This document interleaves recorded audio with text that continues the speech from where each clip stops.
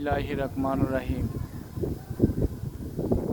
ইন্নাল্লাহা ওয়া মালাইকাতাহু ইউসাল্লুনা আলান নবী ইয়া আইয়ুহাল্লাযীনা আমানু সাল্লু আলাইহি ওয়া সাল্লিমু তাসলিমা। কুল্লি নাফসিন যায়িকাতুল মাউত, প্রত্যেক প্রাণীকে মৃত্যুর স্বাদ গ্রহণ করতে হবে। দয়াময় আল্লাহ তাআলা একমাত্র জানেন তার বান্দার মৃত্যু কোথায়, কোন জায়গায়, কোন হালতে হবে। এই পৃথিবীতে আসার টাইম আছে, যাওয়ার কোনো টাইম নেই, বয়স নেই, সীমানা নেই।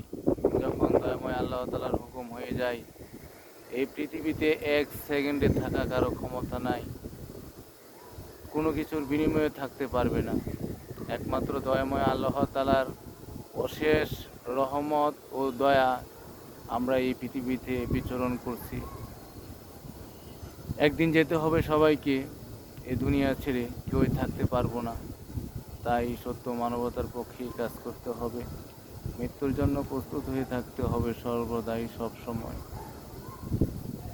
মৃত্যুর হাত থেকে বাঁচার কারো উপায় নেই। পরপারের জন্য প্রস্তুত করতে হবে, ভালো কাজ করতে হবে, মানুষের উপকারে আসতে হবে। এই বলে শেষ করছি। আসসালামু আলাইকুম।